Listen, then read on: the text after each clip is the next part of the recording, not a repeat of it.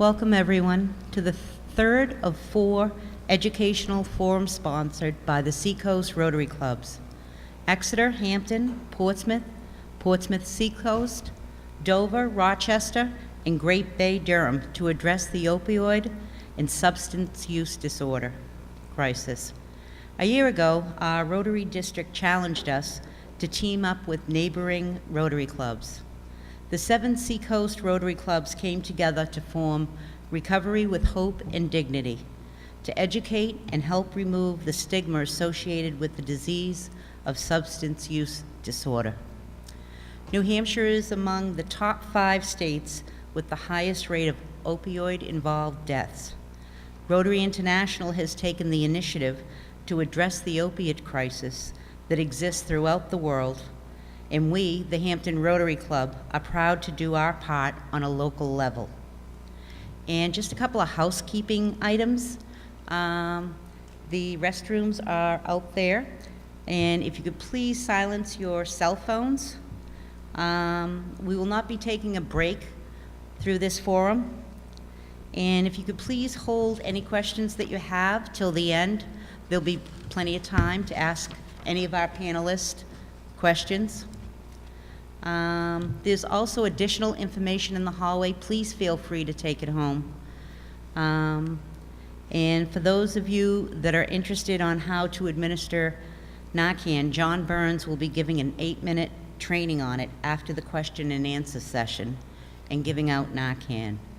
And I'd like to present our very first speaker, Peter Fifield, Program Director for the Doorway at Wentworth Douglas Hospital, Dover, New Hampshire.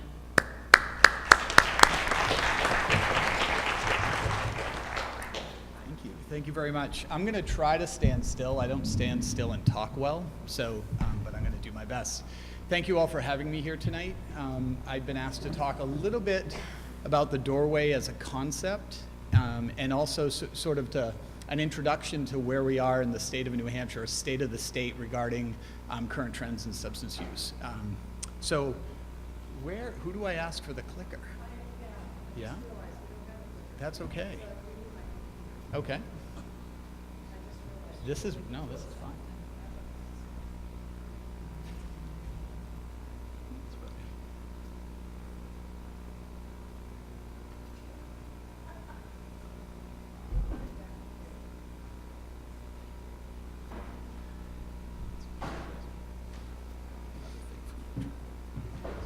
It is. Excellent. So once again, my name's Pete Fifield. I am the current manager for substance use programming at Wentworth Douglas Hospital. And one of our most significant endeavor right now is embarking on the Doorway, which you all might have heard of. It's called the Hub. Officially, it's called the Doorway. And I'm going to talk a little bit about that for sure. I just want to start with this slide here. This is a really, really impressive slide, not so much in a good way, right? So if we look at this, 5% of the world's population resides in the United States. 99% of hydrocodone is consumed within the United States, right?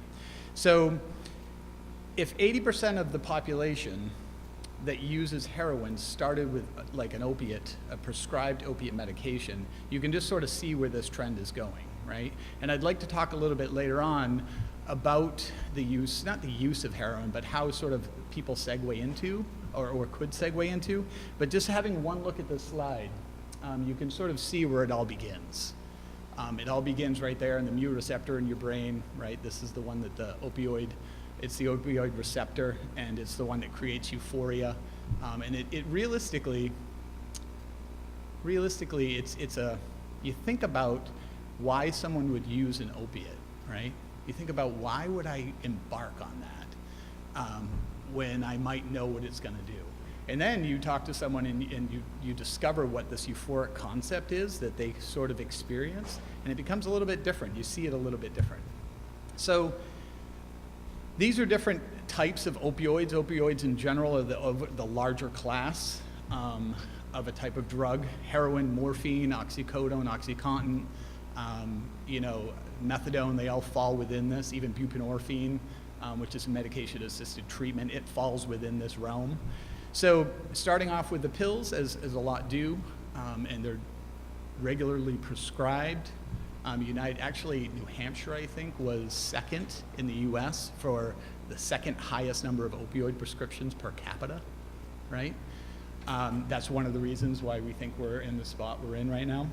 So these are the different forms of, or a few different forms of heroin. One of the things here, it's interesting because years and years ago, we didn't really have a significant overdose issue, right? Heroin's been around for a long time. Mexican brown, China white, all these things have been around 60s, 70s, 50s, 40s, you know? Heroin's been around for a long time. What happens is there's no such thing as an informed consumer when it comes to heroin use, right? So they take, did I put that slide in there? I didn't. What they do is they put these drugs, they put fentanyl, carfentanil, all these drugs in with the heroin, they put them in a blender, right? Put them in a blender, bag it up, toss it on out. Someone overdoses from this, you know, this kind of not so evenly mixed batch, they call it the bad corner. That person must have got the bad corner, right? So there's no such thing as an informed consumer when it comes to ingesting or partaking in heroin. And this carfentanil, it's up to 10,000 times more potent as heroin itself. I think it's morphine, really. It's 10,000 times more, but that's relatively, really close. And this is one of the reasons why individuals are dying, unfortunately. So in 2017, 2 out of 3 drug overdose deaths involves some type of opioid. All right, that's pretty staggering. This right here, I put this map up here intentionally. See those really, really, really bright red states, right? A lot of them are right next to each other, Ohio, West Virginia, Kentucky. But then you see New Hampshire up there all by itself, okay? In the United States of America, we are tied for second for number of overdose rates per capita. Only to West Virginia, I believe. We're tied with Ohio. So that's really not something we want to be, you know, first in by any means. And we're doing, the state of New Hampshire is doing a lot. They're doing a tremendous amount of work in sort of combating this, and you know, and I think it's absolutely wonderful. New Hampshire didn't intentionally create a system that didn't work. We just didn't intentionally create a system that worked, right? And that's what we're doing right now. We're standing back and being like, oh my God, where are we? What do we do? And that's really what we're trying to do. So I'm just gonna elaborate a little bit. 2017, 2018, still in the high 400s, right? This year, they're projecting the numbers to be lower. I hope they're right. As you see this 446, this was a little bit older data, but you can see other drug and unknown drug, right? So that's 50 out of the 400. What do we think that drug is? What drug is on the rise right now? Anyone? Methamphetamines? Yep. So that's another thing we're worried about, right? There is no medication-assisted treatment for methamphetamines. As it stands, no official FDA-approved, at least, treatment for methamphetamine in terms of treating it like we would Suboxone and Vivitrol. So Narcan is one solution. It's one part of the solution. And we've got a distribution here tonight. And John, thank you so much for teaching everyone if you'd like to learn. We're doing our best. The doorways are now responsible for the distribution of the Narcan product. So the state allotted a set amount of money to the doorways. We purchase it through Adapt Pharma at the lowest price we can find it, and we get it out to the public health networks, and the public health networks regionally distribute it to the fire departments. All these other entities that were getting it directly from the state before are now going to acquire that through our regional public health network. So down here it's Maria Reyes, is the Seacoast Public Health Network person that you'll be contacting for that. If you can't get a hold of her, give me a call. We'll definitely get you some, okay? So there's been a tremendous number of kits. I think, John, how many in the past couple months, right? 200 or 300? So we're getting it out there, and that's a very, very, very good sign. I just want to stress, though, that it's not just opioids. Like the state opioid response grant money is going directly towards the opioid epidemic, but we're not just talking about opioids here, right? A third of the assessments that the doorways are doing are primarily alcohol use disorder, right? Alcohol use disorder, mid 40s, later 40s, 50s. individuals that have been drinking for a long time, and we don't have the capacity or the resources really to sort of provide accurate and efficient treatment for that population. I'm just being honest, we don't. We got to work a lot more on that. People don't even think pot's a drug anymore. You know, you do an assessment, so name the, tell me about the drugs you've used in the past, whatever. You smoke pot? Yeah, that's not a drug, right? It's just totally out of the framework of their purview. Methamphetamine has not primarily been a major diagnosis that we see often, but it's often secondary. And I mean secondary, meaning sort of there's another drug that's creating more havoc in their life, if you would. And methamphetamines is in there underlying. But I have a feeling that's probably going to grow as the talk to the DEA and the trends in terms of like where drugs are going. And I don't mean to sort of be a pessimist here. I'm just a realist and a pragmatist. And I think if we all know this, we can prepare for it and be ready and design systems that can help that. So the doorways. Through this project, the state opioid response funding, the governor created 9 effective doorways. 7 of them are located out of hospitals, okay? So Littleton Hospital, Androscoggin, Dartmouth, Dover, or Wentworth Douglas, Concord Hospital, Cheshire.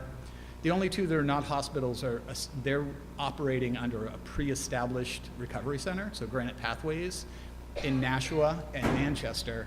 They're not operating centralized out of a hospital. They're operating out of a peer recovery unit or organization. And all of the doorways are doing wonderful work. There's a lot in the way, there really is. It's tremendous, tremendous work. And we're all doing our best to sort of put a dent in what's going on here in the state. So let me just tell you a little bit about the doorways. The doorway is synonymous for hub, okay? And the hub and spoke model isn't a new concept, right? UPS does a hub and spoke model. They all distribute, it's a centralized area where operations happen out of it. In this manner, the doorway is charged with doing assessment and referral and connection for individuals with any use disorder. The money is coming down through to support opioid use disorder. All 9 hubs decided collectively we will treat any use disorder. So it's not just for opiates. You're using that, you can't come in here. It's for any use disorder. We've got a little bit of extra money to help out the people with the opiate use disorder. So, but really what we're talking about is making the first step to recovery even just a little bit easier. And I reference this and people look at me kind of funny because it's from The Price is Right, but it's like the game Plinko, right? With all that ping pong ball with all the nails and you had that random boxes at the bottom and you hope that ball makes it to the right box at the bottom. That's what it felt like seeking services used to be. I might make it. If I want it enough, I might make it. What we're trying to do is capitalize on that very fleeting, small, closing window of motivation and help people get connected as easy as possible. Because we're realizing it's not a want, you gotta want it enough, right? That's completely a wash now.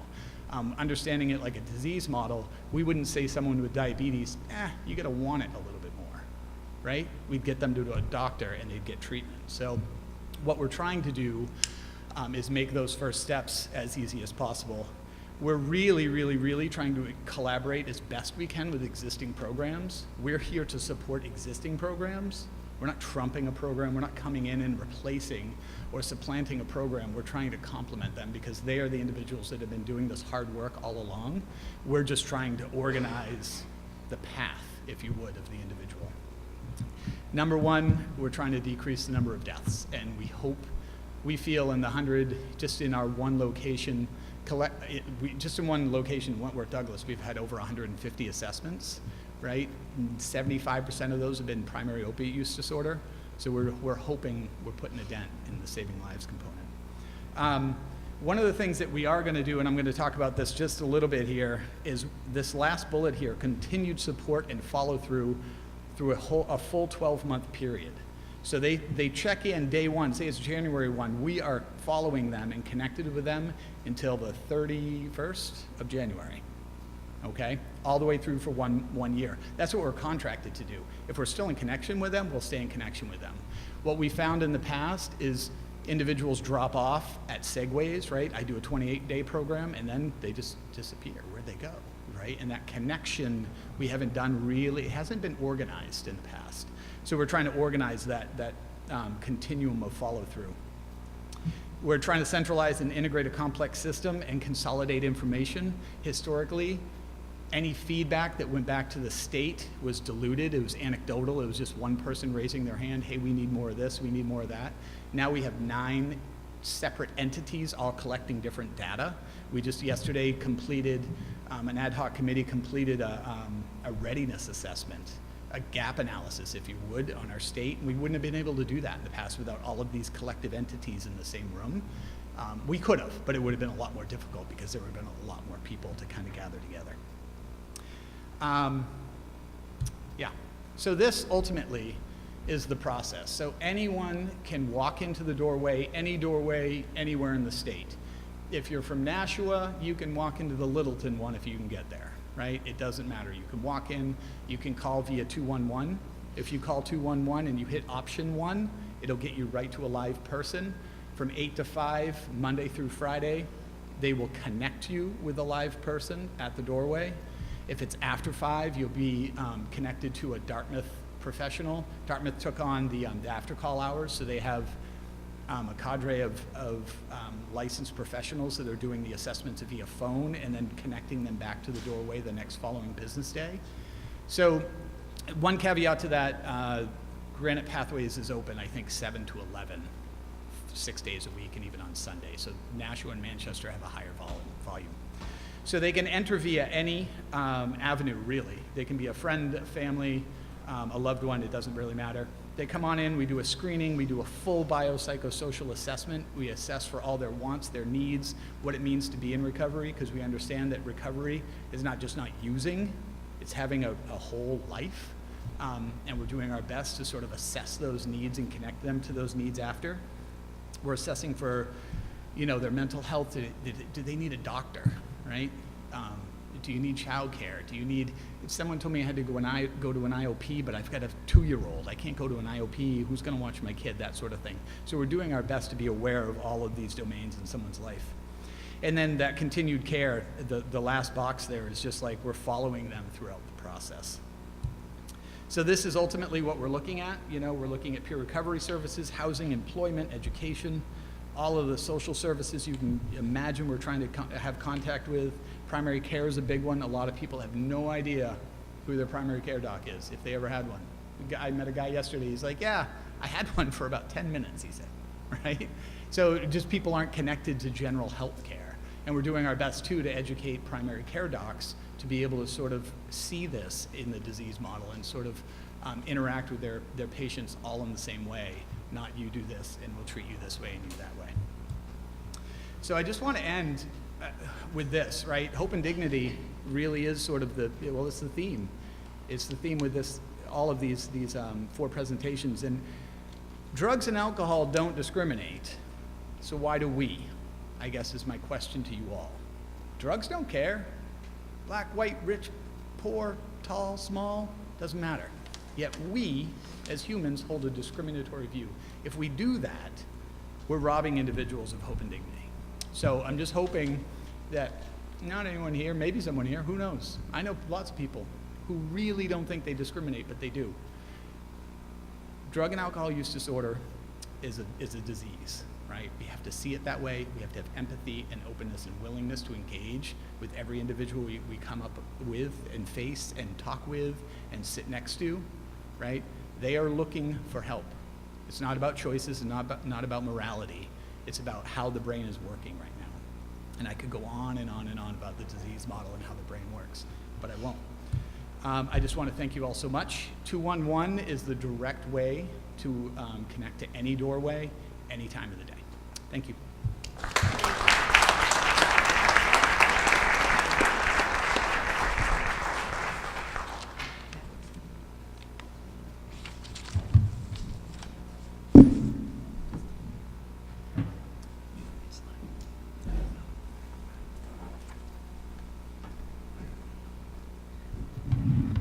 Thank you, Peter. Our next speaker is Leah Rothschild. She is a recovery coach and also a person in recovery.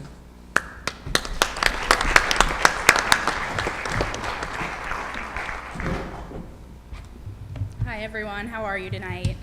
I'm going to start a little differently than I usually do. If you're comfortable, you can close your eyes. If not, you can keep them open.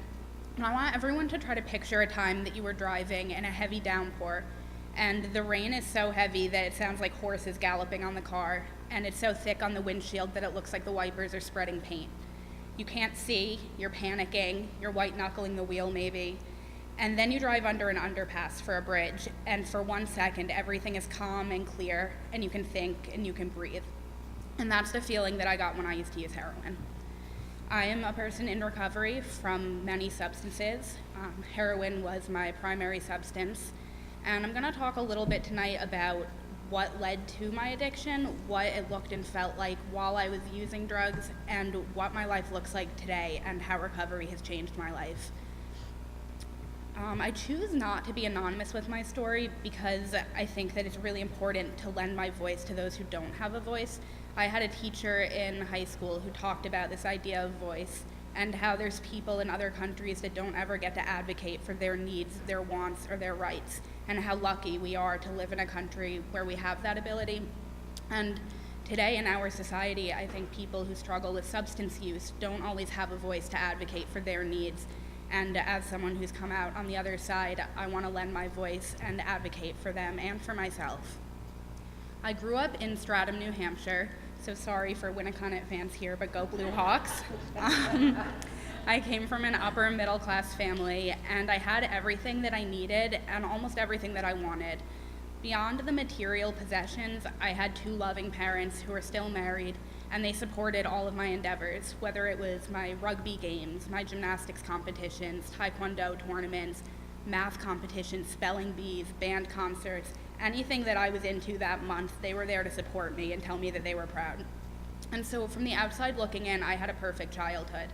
But I struggled with depression, and so I always had this aching sadness no matter what I did. And I didn't know how to talk about it with my family, so I tried to tell my friends at school. And they would say things like, "You have a perfect family and a huge house, and you get straight A's. What could you possibly be sad about?" And so now, on top of feeling this sadness, I felt guilt and shame because I didn't feel like I had the right to have these emotions. And so that caused me to kind of push them further down and not reach out and get the help that I needed. I felt this discontinuity between my image of perfection and how I felt inside, and so I wanted to rebel against everything that I had grown up in. And part of that was this very anti-drug and anti-alcohol household. My parents maybe had 1 drink each on New Year's. They were firmly against any illicit substances. And so I thought this was the perfect opportunity for me to get back at that image of perfection. I would show everyone that I wasn't perfect. And really the only person I was harming was myself at that time. I ended up doing a lot of harm to my family as well, but immediately it was just myself. What I found through using substances was that not only did it break that perfect image for me, but it also gave me an escape from the things that I was feeling. And I fell in love with that. Things stayed pretty manageable for a while for me. I was experimenting with alcohol, pot, and that was it for a little while. Throughout high school, things really escalated for me. I was still able to kind of keep everything in control. Nobody really knew how much I was struggling. And then I graduated in 2010, and I wanted to get as far away from here as I could. So I went to the University of Miami in South Florida, and that really validated the lifestyle that I was living. There, a lot of the students would go to South Beach every weekend, and they were drinking and doing cocaine until 4 in the morning. And so I thought, this is normal. This is what everyone my age is doing, and I can continue doing this. And what I failed to realize was that most students were experimenting on Saturday night and then going home and having a normal week, and I didn't have an off switch. Once I started, I didn't stop. But I still didn't think that I was struggling with addiction because I thought that you had to use one substance every day. That if you drank alcohol every single day, then you were an alcoholic. Or if you did cocaine every day, then you were a cocaine addict. And that's part of that stigma that we talk about now, is that it has to look like that, when in reality, substance use disorder looks so different for so many people. Things really, really took off in college. I dated a man who was using heroin at the time, and because I had tried so many other substances, I didn't hesitate to try that as well. I didn't see that line that I was stepping over there, and I fell in love with the feeling the first time I tried it. And that was the summer of 2012, and I used heroin every day that summer. At the end of the summer, I was nervous that when I was up here on summer break from college at that time. I was worried that when I went back to Miami, I wouldn't know where to find this substance, and so I thought maybe this was a good time for me to ask for help. And so I went to my parents, and then nobody knew what we know today about substance use disorder, including the medical professionals. And we went into a local emergency room, and all they did was hand me a few prescriptions to help ease the discomfort of withdrawals and say, just take these, you'll be okay. And that was it. No follow-up, no treatment, nothing like that. And so I took the medication, I felt okay, and I got on a train and went back to Florida. And within 2 days, I found myself driving into the worst parts of the city looking for heroin, and I didn't understand why. I thought that this meant that I had a physical dependence on a drug, and that once it was out of my system, I was fine. So why could I not stop doing it even when I didn't have it in my system? So I would try every day. I would wake up and say, I'm going to stay sober today. That was the last time. And hours later, I would find myself getting high again, and I didn't understand why I couldn't stop. And I began to lose hope that I ever could. That led me to try to take my own life in August of 2012. And I'm only alive today because I emailed my mom a suicide note, and she checked her email at the exact time that I sent it. She panicked, she showed my dad, and he was able to call my dorm in Florida and tell them to break down my door if they had to. I spent 3 days in the ICU and then 9 days in a psychiatric unit. And although that wasn't my first time getting help, it wasn't my last time getting help, it definitely got the ball rolling, and it introduced me to this other world of substance use treatment. I ended up in my first drug rehab. I stayed sober for a few months, and that became my pattern for the next 5 years, was I would go into treatment, I would put a few months of sobriety together, but I wouldn't make big changes in my life, and I always ended up in the same place or worse. I want to talk a little bit about what addiction looked like for me. And so I always talk about these invisible lines in the sand that I draw, and I say I won't cross that line. And so the first one might have been, I won't try heroin. I'm not like those people on that side of the line. I won't ever go there. And then I cross that line. And every time I draw one of those lines in the sand, I end up on the other side of it. I talk about the word YET as an acronym, standing for You're Eligible To. And what I mean by that is that every consequence that I haven't experienced is a possibility for me. So if I choose to put substances in my body again, maybe so far I have not been to jail or prison, but that's yet. If I choose to go back out and use substances, that very well might happen to me. I wanted to do something that I've never done before. I found a few of my old journals that I wrote while I was in active addiction, and I wanted to share some of what I wrote because I don't think there's any way to truly capture the emotions that I was feeling besides to read my own words at the time. So this was from 2009, and I was in high school, and I wrote, I'm so ready to begin and to escape everything right now, but I'm nowhere near ready to accept the change. I hate where I am right now, but I can't let it go, and it kills me. I break promises to my family and to myself. I want to be honest, and I want to move on, so what is stopping me? Why do I constantly return to who I'm not? Is this who I am? Why are there so many questions that I can't answer? I want my mom's trust more than anything in the world, but what have I done to deserve it? I guess, above all, it's not her trust that I desire. It's the character and integrity that is worthy of her trust. I am working hard to achieve that, but I am so weak. I give in to my temptations. Money and a high. It scares me that I have such little willpower. What else will I do? Everything is so hard, and I don't know what to turn to. I know I have the potential to be someone in this world. I just don't know how. I need help, and I don't know where to find it without shame, embarrassment, and the guilt of being a disappointment. And so looking back, some of what I wrote was very misinformed, like the idea that it's about willpower, or that I'm weak. And today I know that it is a disease and that doesn't have anything to do with it, but that's part of that stigma that kept me using.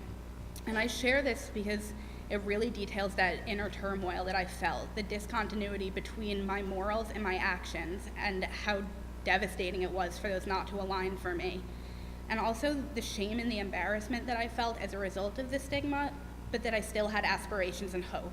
And as I get to a later entry, that'll become more important. Later that same year, I wrote, "I don't know why I did it, but I got high Monday and Tuesday this week. I wish I hadn't allowed myself to do this. I forgot how much I loved the feeling, how amazing it is to feel on top of the world, but then there's the crash. As horrible as it is to come down, though, it's worth it, and that's what scares me. I don't know what makes me do this. Am I an addict? Do I have so many underlying problems that I don't know where else to turn? Sure, I could talk to someone, but no one can temporarily erase my problems and concerns the way drugs can. I hate myself, I hate everything I do, and I hate the people I choose to surround myself with. Drugs allow me to tolerate it all temporarily, and yet I think they're the reason I hate myself. It makes no sense. Nothing does anymore. I'm so upset I don't know what to do. I can't control myself." And so that's the real beginnings of it for me. I was still experimenting at that point, and then one later entry that I wanted to read.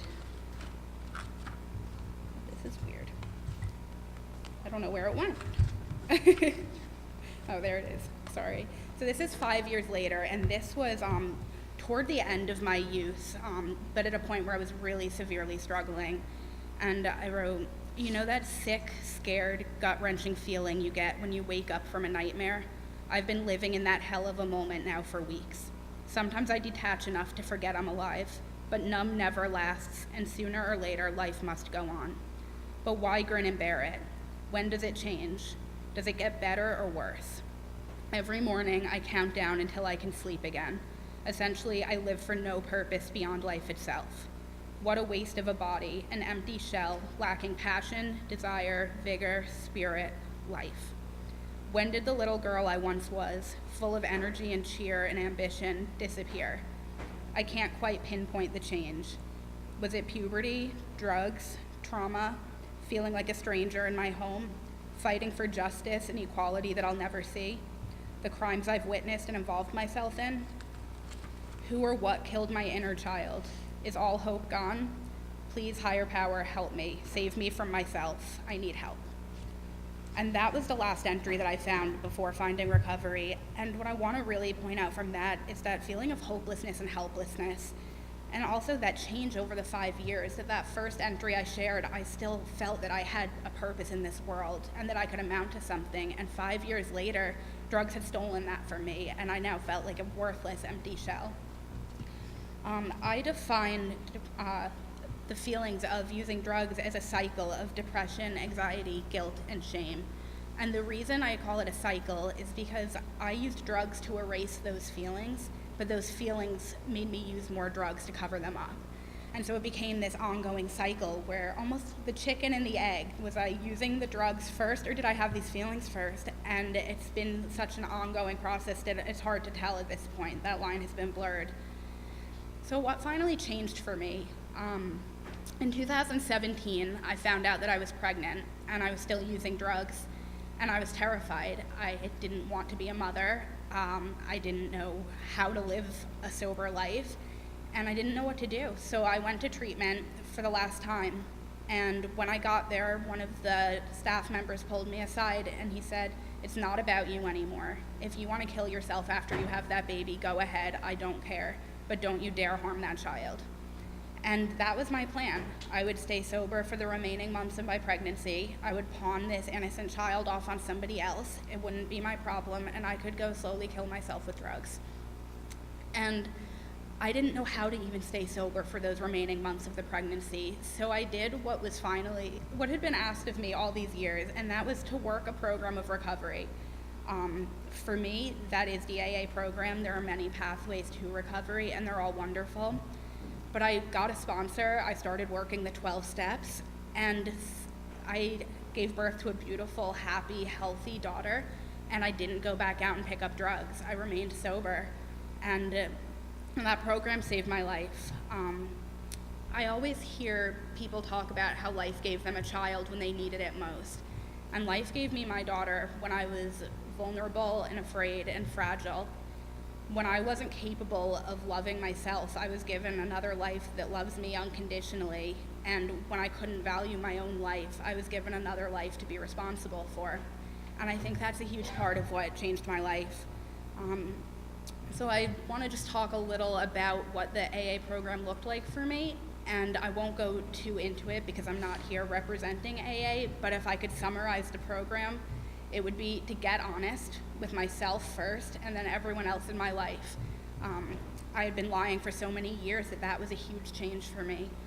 Then find faith in anything bigger than myself. Take inventory, ask myself daily, where have I fallen short and how can I be better?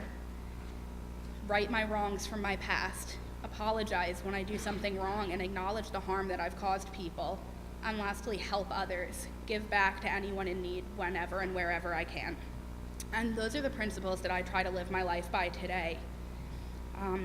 One of my favorite quotes that I've ever heard says that the voyage of discovery lies not in seeking new landscapes, but in having new eyes. And recovery has been that new set of eyes for me. When I was using substances, I saw the world in black and white. Putting down the drugs and the alcohol allowed me to start seeing shades of gray, but working this program and gaining a new perspective has allowed me to truly see in full color. And that's been just, I don't have words for the appreciation that I have for life today that I didn't have before. I like to talk about the Pout Pout Fish when I talk about perspective, and that is a children's book. I don't know if anyone has young children or grandchildren, but it's a wonderful book, and it's really about perspective. It's about a fish, the Pout Pout Fish, and he's always frowning, he's always angry, and his friends say, why can't you cheer up? How about a smile? Have some hope? And he says, look at my face. This is just the way I am. I'm a Pout Pout Fish. And at the end of the book, a fish he's never seen comes and kisses him, and he realizes he had it wrong the whole time. He wasn't a Pout Pout Fish, he was a Kiss Kiss Fish. And he goes from spreading dreary wearies to spreading cheery cheeries. That's the book's words, not mine. And so there's all these different adventures he goes on. And one of my favorites is when he travels, he goes on a vacation and everything keeps going wrong. He forgets his snack, he hits a detour. Everything that can go wrong does go wrong. But he realizes that, and again, the book's words, not every single part of a trip goes swell, but the bumps and the detours are the trip as well. And recovery is not a linear process. It's not like the day that I chose to put substances down, my life got exponentially better and always improved daily. I've had hard days and I've had amazing days, and it goes up and down, but that's all part of my trip. And that's what the Pout Pout Fish has taught me. So going back to how I opened, talking about that drive in the rain, recovery has taught me to keep an umbrella in my pocket. Today, I don't need that temporary relief of the underpass. My serenity isn't external. I don't rely on circumstantial things for that. I create my serenity amidst the chaos of life, and I call that my umbrella. And that's something that it's always there. And I think I'm repeating myself a little here, but it's just such a gift to be able to have that tool with me.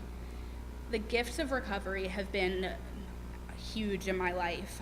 I have a job that I love. I also recently resigned from a job that I love at Hope for New Hampshire Recovery. And for the first time, I left a job on good terms. I wasn't fired. I wasn't asked to never return to the property. I left saying, if you ever need somebody to come fill in and help out in an event, please call me. And they said they would be happy to do that. I now work at New Generation, which is a shelter for women and children in Greenland. And the rewards of that are just incredible. Getting to be a part of these strong and courageous women's journeys has been life-changing for me. I've been a part of the New Hampshire Human Trafficking Task Force, and that's been heartbreaking but inspiring as well. I volunteer weekly bringing an AA meeting into the behavioral health unit at Portsmouth Hospital. I haven't had much time to lately, but I've done some volunteer work with Hand Up, which is an organization for harm reduction in the community. I graduated college after 9 years working on my undergrad, and I didn't think I would ever see that day. I sponsor other women in the program, and I get to give back what was freely given to me. I'm working on my CRSW, and that stands for Certified Recovery Support Worker. I've improved my family relationships. I have a relationship with my brother again, and we grew up best friends, and my drug use really tore that apart. And today I have sleepovers at his house with him and his wife, and we watch Disney movies and do crafts and puzzles and have game night, and we laugh so hard that we cry and can't breathe, and it's like when we were children, and that's so magical. I get to be of service in small ways. I'm able to get outside of myself enough to stop and say, hey, I think you've been having a hard day. What can I do to make it better? It's not all about me, me, me. How can you help me? Sometimes it is. I'm not perfect, but I'm able to try to be selfless. And I've found joy and passion in my life again. I'm not that empty shell anymore that I talked about. I've been painting, cooking. I tried skiing for the first time this year, and I loved it. And then self-care. I love myself, and I take care of myself today. I took a vacation by myself. I left my daughter with her grandparents, and I went and stayed at a ski lodge in New York, and it was incredible. And just caring enough to take care of myself and having the means to do it, because I'm not worried about where my next high is coming from. A couple of things I want to say before closing. Sometimes I hear people ask, why should we keep trying to help this person? They've been to treatment 6, 7, 10, 20 times, and they still haven't gotten it. Why should we keep trying? And my answer to that is, it took me that many times, and I did finally get it. And because of that, I'm able to be of service and give back to the community. And I'm not unique. Everybody I know in recovery is doing these same wonderful things and giving back to everyone they can. And it becomes this chain event that really, really increases the power of the community. And beyond that, my parents get their daughter, and my daughter gets a mother, and that's huge. So the takeaways that I just want to close with are that substance use disorder is an equal opportunity destroyer. It doesn't discriminate. Everyone is susceptible to this disease. I want to talk about the idea of feeling hopeless versus being hopeless, because I felt hopeless for so many years, and I thought that I was doomed and that I was hopeless. And today I see that that wasn't the case, that there was always hope, and that today I'm living the life that I could have had at any time. And so I heard that once at a meeting. Somebody said feeling hopeless is not the same as being hopeless. And I had never thought of that, and I think that that might have saved my life the day I heard it, and so I always like to share that in case somebody else needs to hear it. And then lastly, as long as our loved ones who struggle with substance use disorder are still breathing, there is hope for recovery, and as long as there's hope, people like myself will be here to love and support them until they can do it themselves. So thank you so much for letting me speak tonight. It's been an honor to be here. Thank you.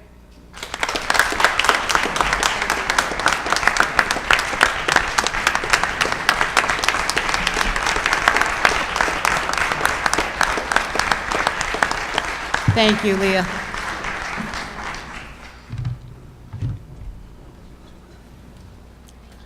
Our next speaker is Chief Bob Mckenzie, fellow Rotarian, and the leader of Rotary District 7780 Recovery Initiative.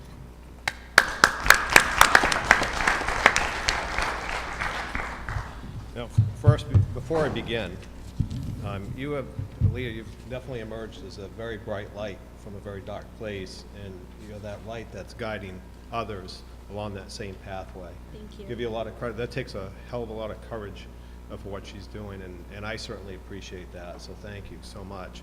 The second thing is, I don't know who keeps doing this lineup. They keep putting me after her. And I keep saying it, and you keep doing it. So, you have one more chance to get it right.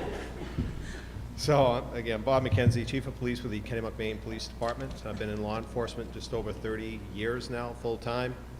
Been Chief of Police for 11 years. Let's see, before I was in law enforcement, I was a firefighter, EMT at the critical care level, and I did that. I've known that for many years. You know, public safety is a passion of mine. I love it. But it's also a big part of what has, you know, say brought me here this evening and the work that I've been doing for the last several years now. Very passionate about substance use disorder, and it's because of what I've seen both as a medic and as a law enforcement officer.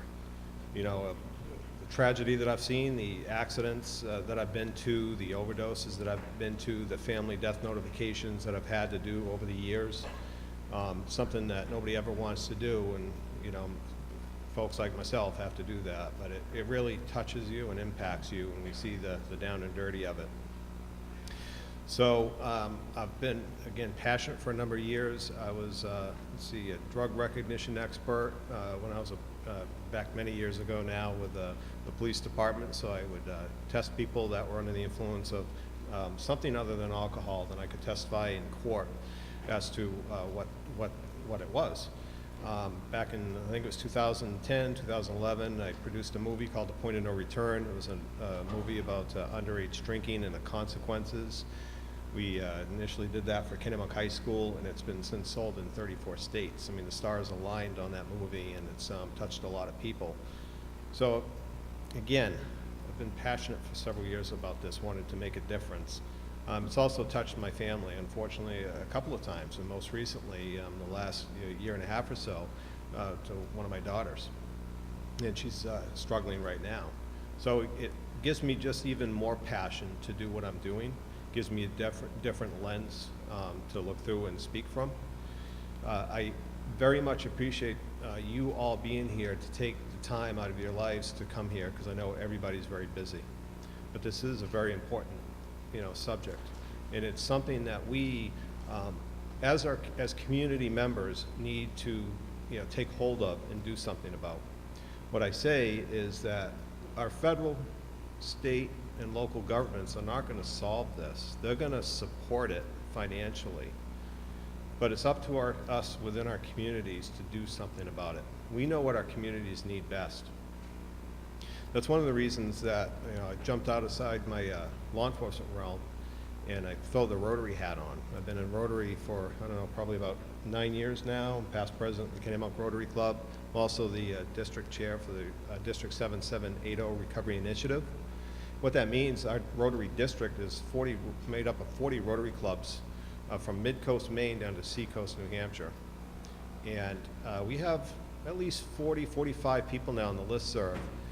We meet generally monthly in different areas throughout Maine and Seacoast, New Hampshire, at different venues. We learn about substance use disorder. We learn about what treatment and options that are out there. And we help our communities do things, and like this is one of them. This is a great example of this. As you heard, this is 3 of 4 series in Seacoast, New Hampshire. We've done a number up in Maine, and they're continuing on in Maine, and I'm very excited about this because, you have an opportunity to learn how to save a life tonight by utilizing naloxone, and that's phenomenal, because you never know when you could come across someone that's suffering from an opioid overdose. But what's just as important, you're educating yourselves about substance use disorder. And we're reducing stigma by doing this. And you have a lot of power because you have a lot of people in your lives that you can, engage in conversation with. There's another one of these events coming up next month that you can spread this to your other family members, your friends, relatives, co-workers, and say, you know what, take a couple hours of your time and go to this. It was interesting. You learned something from it. Plus, you get to maybe save a life. So I'm going to give you a few statistics, not to bore you, but I think they're pretty staggering. On an average day, more than 650,000 opioid prescriptions are dispensed in this country. Now, 650,000 on an average day. This number is getting lower because they are tightening prescription laws, so that's a positive thing. 4 out of 5 people that use heroin started out by misusing prescription medications. 27.1 million people are current users of illicit drugs or misused prescriptions. Each day, more than 1,000 people are treated in emergency rooms for not using their prescription opioids as directed. There was another recent report that states in the next decade there will be over 650,000 opioid-related deaths in this country. So those numbers are staggering. But again, we have some control over that if we take action. Probably a majority of you are somehow personally affected by substance use disorder, whether it's alcoholism or some other type of substance. It may be yourself. It may be a loved one, another relative. maybe a next door neighbor. Majority of would probably raise our hands and say, yeah, it's affected me. But there's others out there that say, no, it doesn't really affect me at all. You know, not that I know of, it doesn't affect me. In turn, it truly does affect each and every one of you. And as I stated before, I've had to do these death notifications and whatnot, and life is first and foremost the most important thing, because you can't get that life back. But there's something else, and that's the cost, financial cost that's associated with substance use disorder. And that's how I'm going to break it down so you kind of get an understanding of that. So the cost of substance misuse in our country is estimated to be at $600 billion annually. So think about that for a minute. $600 billion year after year is what we are putting towards substance misuse. We are funding that, okay? And you really say, well, how can that be? Well, it's absorbed, a lot of it in our tax dollars. And I'll break that down a little bit. Let's look in the first place at the criminal justice system. And let's look at a town. It could be right here in Hampton, New Hampshire. It could be in Kennebunk, Maine, for residential house burglary. During the day, when you're at work, and somebody breaks into your house. There is a very good chance the reason your house was broken into was to feed somebody's drug habit, okay? Especially with opioids, because opioids are so addictive that that person needs to get that high, okay? Once they've become addicted and they use that medication, they need it. If they don't get it, they're gonna get sick, and they feel like they're gonna die. So they'll do whatever they can to feed their habit. What I say is, when folks become addicted to this type of drug, it steals their soul. It's not the same person that you once knew as a loved one. It's somebody different now. But getting back, they break into your house and they steal things, whether it's cash or it could be pills from your medicine cabinet. It could be small items, television and whatnot, something they can get rid of quickly. And they leave your house. And you come home from work and you find your house was broken into. Of course, you call 911 and you're gonna get a law enforcement response. You might get 1, 2, 3 police officers that come, check your house over. You're gonna get most likely a detective, a crime scene investigator, or evidence technicians are gonna come. They're gonna be at your house, could be for several hours. That's just what you see up front. So there's hours that are associated with that are absorbed in your tax dollars, okay? And then it's, it's not like TV. We don't solve these crimes in an hour, or with commercials about 40 minutes or so.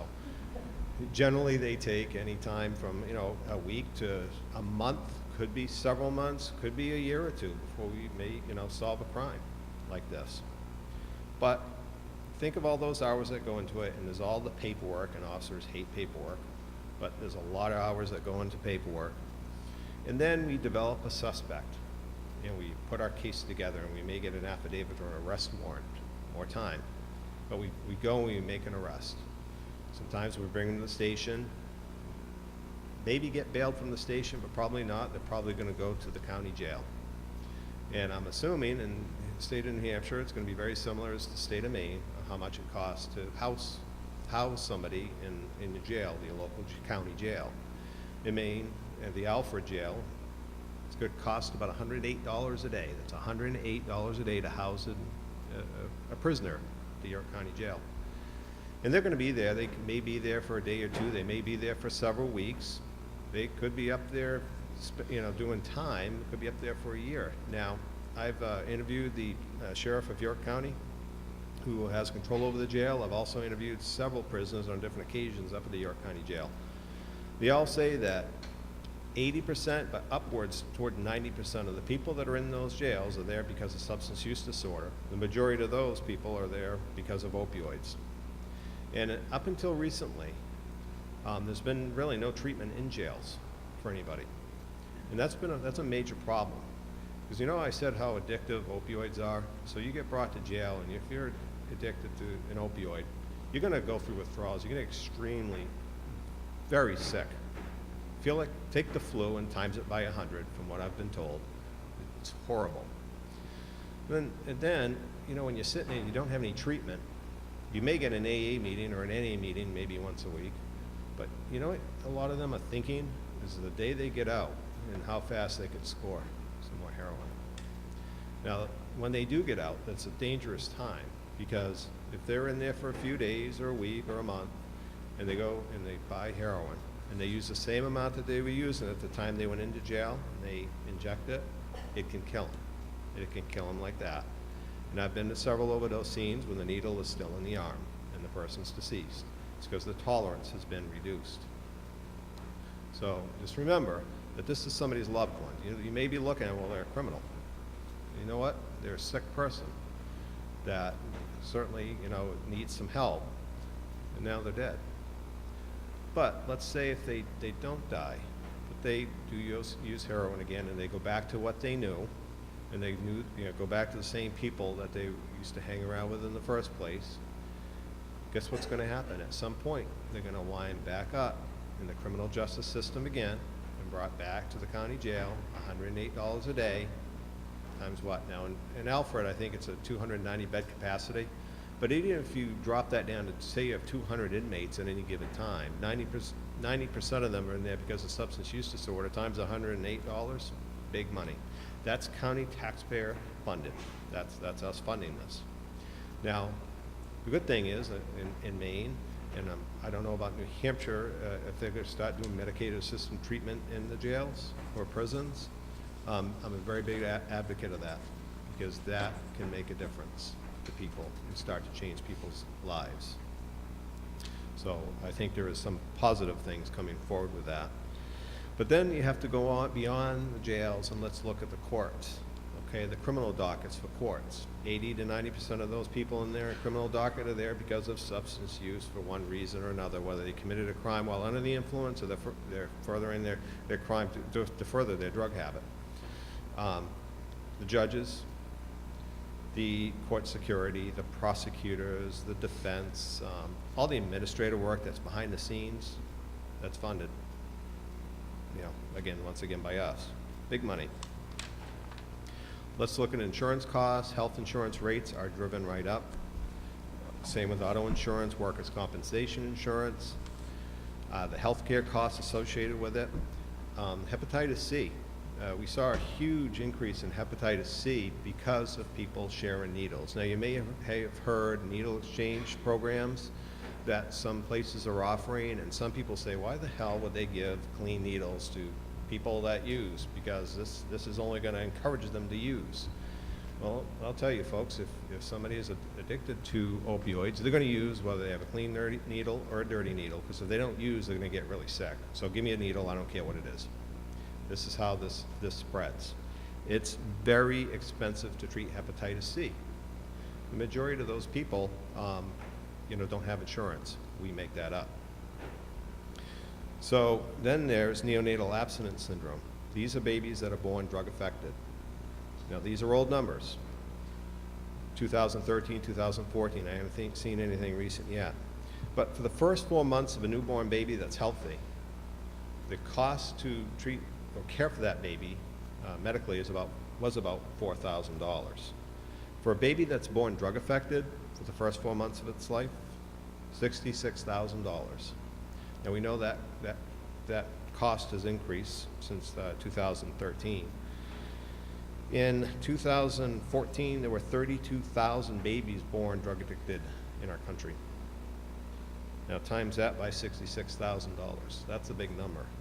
But what's really important here is that these are 2014 numbers. We're in 2019. We've seen the explosion of the opioid epidemic in this country. So we know this 32,000 isn't even close. I think I just heard in Maine, 1 in 12 babies are being born are drug affected. So huge money. There's one other thing that I'm okay to share this. Our district governor for Rotary was just a few months ago was in the hospital at Maine Medical Center with a bad infection that actually went to his heart. It was because of something to do with his teeth for some reason. He was one of 40 people in the hospital at Maine Med with this heart infection. The 39 other people that were in there because they're intravenous users, drug users. 39 other people. Now he had to have heart surgery And I'm assuming a majority of those people had to have heart surgery as well. So think of the costs that are associated with this. It is absolutely staggering. And so, again, if you don't feel you are affected by it, you absolutely are. So I'm a big proponent, and we need to do something different. We need to change the way we look, both in the law enforcement perspective, the law enforcement realm, but the way we as communities and our society deals with this. And this is a phenomenal start. So once again, I'm gonna close down here because I know we're starting to run short on time. I'm putting this on you folks to help us out here, and again, spread this word and have other folks, friends and relatives and neighbors go to the next event. When you see something coming up in your community, be part of it. You know, it has to do with substance use disorder and the fight against it. Be part of it. And it's truly the only way that we are going to get out in front of us. This took us a long time to get here. This took us decades, and I could go on about the whole pharmaceutical industry and, you know, how it kind of led us to where we're at. It's going to take us a long time to get to the other side, but we're doing it. And with all of your help, we will do it faster. So I will close up there. I appreciate your time, and hopefully we'll have some time after to answer any questions. Thank you. Thank you, Bob. Our next speaker is John Burns, Director of SOS Recovery Community Centers.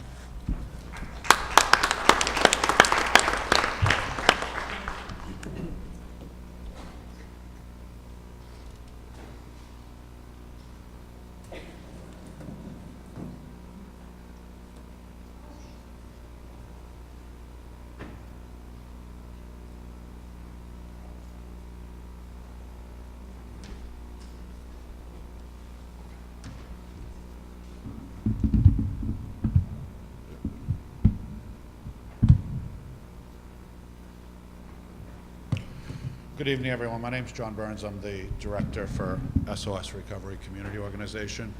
We have recovery centers in Dover, Rochester, and hopefully in the next month or so we will have one here in Hampton, right out here on Route 1. So we're waiting on some state funding to come through, but that we expect it to come through. We've actually signed the lease. We've got the building, so the last piece is just waiting on that state funding. So I want to talk about several issues and topics. First of all, I'm a person in long-term recovery. I'm also, unlike Leah, I'm a graduate of Winnicott, so I will tell you I spent more days suspended than I actually did in school, but we'll talk about that later. But the first thing I want to talk about is stigma. And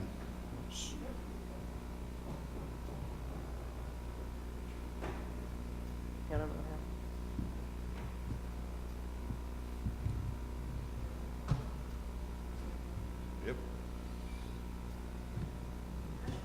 We did.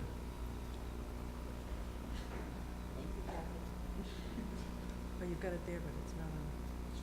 Let's try it.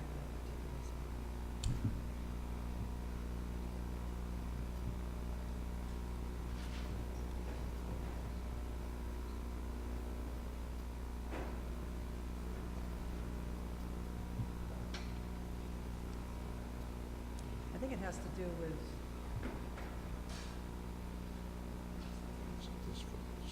well,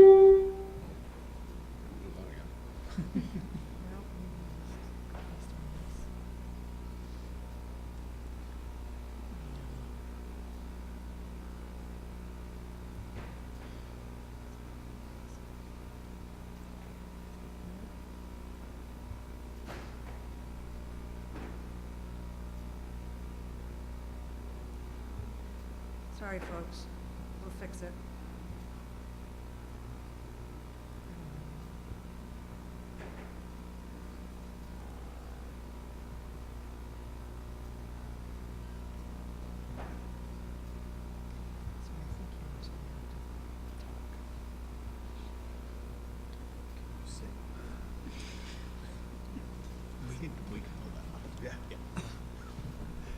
All right, so you won't get to see the PowerPoint.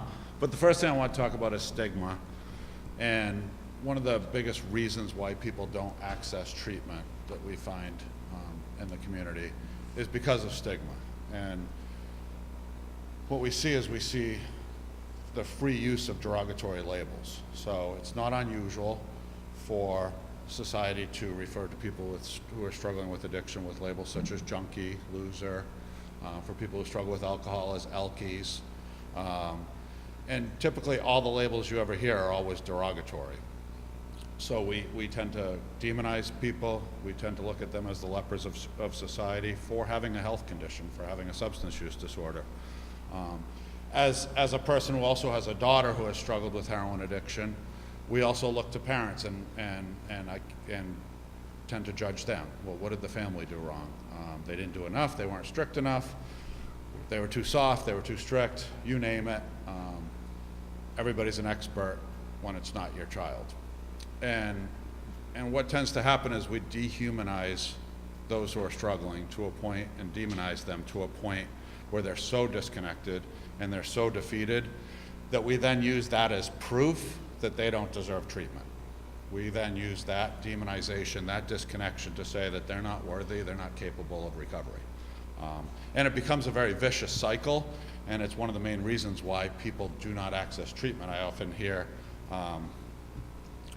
hear people say, well, they didn't want it bad enough.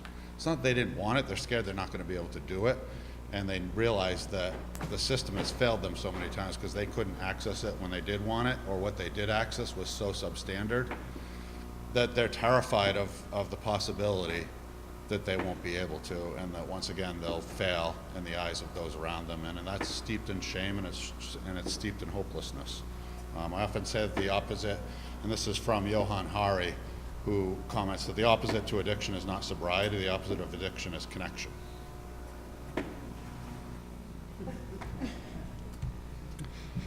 So I want to talk a little bit about kind of the other thing that we often see is there's almost like silos between mental health and addiction and trauma.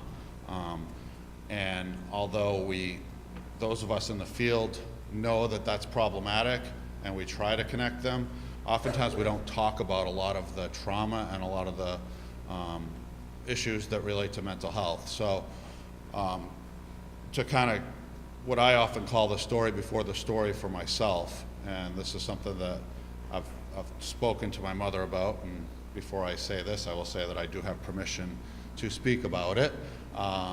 And you know, I grew up here in the Seacoast in Northampton.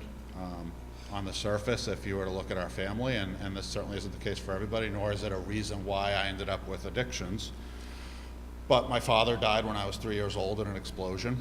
My mother was pregnant. There was myself and a daughter, my sister, and she was pregnant with my youngest sister at the time. Tremendous trauma on her, which resulted in significant mental health. You know, my first experience with mental health was watching my mother being brought to Baldpate Hospital in Georgetown from psychiatric breaks, and probably did that 6 to 8 times from the age of 8 to 14. Probably due to the trauma of my father dying and getting remarried to an individual who, and again, they were very prevalent in the community. Both of them were very involved in the church. On the surface, you know, my stepfather, who she remarried, was singing in the church choir. And the whispers were always like, yeah, his mom's crazy. And I don't know how his stepfather puts up with it, without understanding the amount of emotional abuse that was going on behind the scenes, without understanding what was going on in our family and the dynamics of some of the trauma that was going on. And again, I don't blame any of that for my addictions, and that's certainly not the case with every individual who struggles with addiction. But trauma is very prevalent in the community for those who struggle with substance use disorder. And you know, and when I was talking to my mom, I was like, is it okay to share this? Because I think it's important we talk about mental health and we talk about some of these issues and we talk about trauma specifically. And she was like, oh, John, really? And but she now lives in Florida, and she's like, you know, if it helps one person, she said, if this is going to help one person, she said, please, yeah, talk about it. You know, and again, I have 2 sisters. One of them graduated from here at Winnicott with honors, despite living in the shadows of everything I did while I was here. Sorry, Kirsten. And she went on to graduate with honors at Canisius College. She went on to DePaul Law and finished with honors as a lawyer now. So it doesn't, everybody's different, and she experienced a lot of the same trauma that I did, but, we went and, the impact of it was significantly different. So for me, in the face of that, a lot of it was, how do I fit in? I never felt like I fit in. There was always kind of that talk of, his mom's crazy, what's wrong with him? And by the time I was 14, I was in active addiction. And I ended up on the streets by the time I was 17. I was living and I decided it was a good idea to hitchhike to Washington, D.C. and lived on the streets of the inner city in D.C. as a result.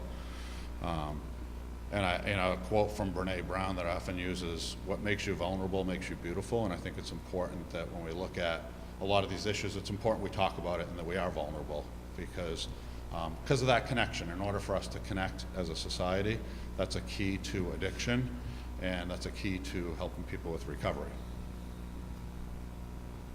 So the trauma leads me to talking a little bit about what's called ACEs.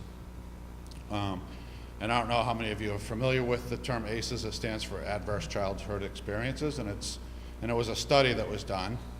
It's basically 10 questions that relate to adverse childhood experiences for children. And what they do is it identifies abuse, neglect, family challenges in different categories. And they ask 10 questions, and for every yes, you get what's called a score of 1 on the ACEs. So some people have a 0. But what they found was that 2/3 of the individual, and this was a study done by Kaiser Permanente many years, it wasn't that far, but several years ago, 2/3 of the people that they studied had an ACEs score of 1. And then of those, 87% of those people had an ACEs score of more than 1. And it was based, and what the findings related to not just substance use disorder, not just mental health, but public health in general. And what they found that is, as your ACEs score, which is related around trauma, rises, so does your risk of public health, of major public health issues, which could be chronic health disease and substance use disorder and diabetes and liver disease and all of these different things. And in this study, they determined that with an ACE score of 4 or more, things start getting really serious. So the likelihood of a chronic pulmonary lung disease increases by 390% when you have an ACEs score of 4 or more. Hepatitis, you have a 240% chance of hepatitis with a score of ACEs of 4 or more over somebody with a score of 0. You have a 460% chance of suffering from depression, and for suicide, you have a 1,220% higher chance of attempting suicide. So what does it mean? So we think of these studies, and we probably have a picture in our head of who they study. Well, the study was 17,000 people were in this study. They were mostly white, middle, and upper middle class. They were college educated. It was done in San Diego. They had good jobs. They had great health care, and they all belonged to Kaiser Permanente, so they were all part of that health maintenance organization. And what they've found is they've looked at this over and over, and the scores, and it's pretty representative no matter where they do it.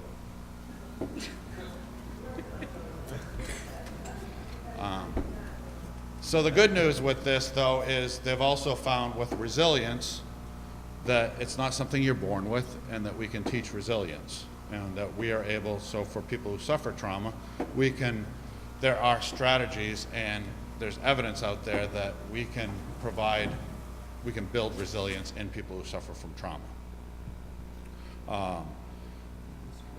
Look at that. So for people who are at risk through ACEs, through their ACEs score, they've found that by providing them connection, by providing mentors, there's a lot of different strategies. By educating parents, a lot of this is intergenerational, so oftentimes with children, if we're able to educate their parents of some of the risk of the trauma that they're facing, we can lower that chance. We can provide more resilience for those kids. So I say that because I think it's important that we start to recognize mental health, we start talking about it, and we start looking at trauma, because They say that it's somewhere in the 50 to 60% of individuals who struggle with substance use disorder have significant trauma. I call BS on that. I think that number is probably 90% based on what we see in the recovery centers. And I think it's important that start to become a narrative that we look at as a community, and I don't just mean in schools, I mean as a community, that we start to understand ACEs, we start to understand trauma, and we start to address it to really improve the issues with mental health disorders, with public health, and with substance use disorders. So Pete had talked a little bit about the impact of substances on the brain. So I'm going to get into this, and this is the I'm not a doctor version. Substances release dopamine into a pleasure center of the brain, and that hippocampus is a place in the brain that records pleasure. And then there's a thing called the amygdala, which creates a conditioned response that creates intense cravings. So as you use substances like heroin, you get dopamine released, it creates pleasure, and then your hippocampus records that and says, okay, that felt good, let's do that again. And then your amygdala creates a conditioned response to that, and that creates the intense cravings. So your brain is like, as you do it, the more you do it, the more it remembers, and then you get this intense craving. So over time, what happens is in your prefrontal cortex, it demonstrates damage there from the drug use, which is kind of the planning part of the brain, which leads individuals to seek out substances more and more. And over time, what happens is basically your brain needs more and more of the dopamine to satisfy the cravings, and it becomes this vicious cycle. The good news is your brain is very elastic, and over time it heals when you get into recovery. So this isn't like a permanent brain thing, but it is a cycle, and so oftentimes people look at it and they're like, why? Why do they, like, it's dangerous, don't use the drugs. And the reality is that it's progressive. For one, it doesn't just start. No one picks up heroin on the first time they ever use a substance. It usually progresses from alcohol. But once you get into that cycle, it progresses very quickly. And some of us are more prone to this impact on the brain than others. For most people, you can use substances, even illicit substances, and never have problematic use and never become dependent and never struggle with a substance use disorder. So to give some examples, this is the Brain Reward Center, and it shows 4 different versions. So you have the normal brain up there on the upper left, and then you have the brain of an obese person, and you can see that where it's red, those are high dopamine, and that's like a normal pleasure and interest.